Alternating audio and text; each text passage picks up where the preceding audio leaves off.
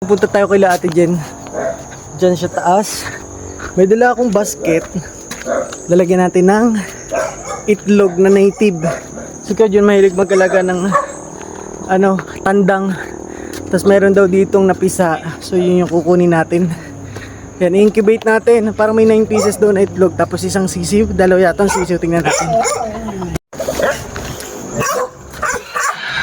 Ay, namumulok.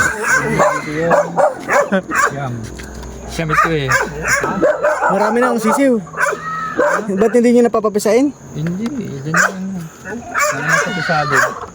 Eh, pag napisaan ng kakain, hindi na ng ano. Haba oh. Sayang.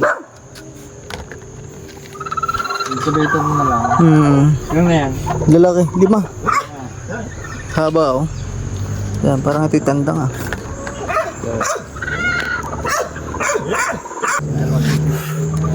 Yan ang inahin.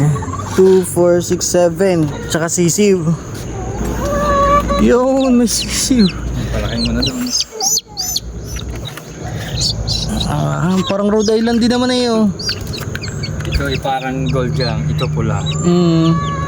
Pero may kakalapisado. Tutuloy na ako. Magpapakain ako ng manok. Okay. Thank you. Hindi pa kasi kukunin. Makakain pa ng pusa. Salamat aking na dun sa aking brother.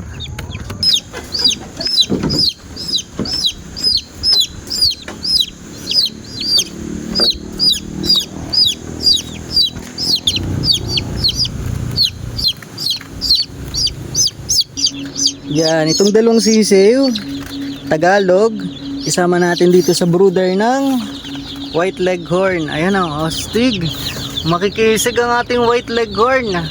Yan yung mga future breeder natin ng mga decalb white. Ayan, dyan na kayo.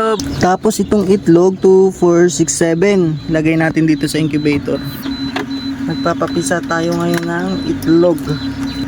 Yan, 7 pieces.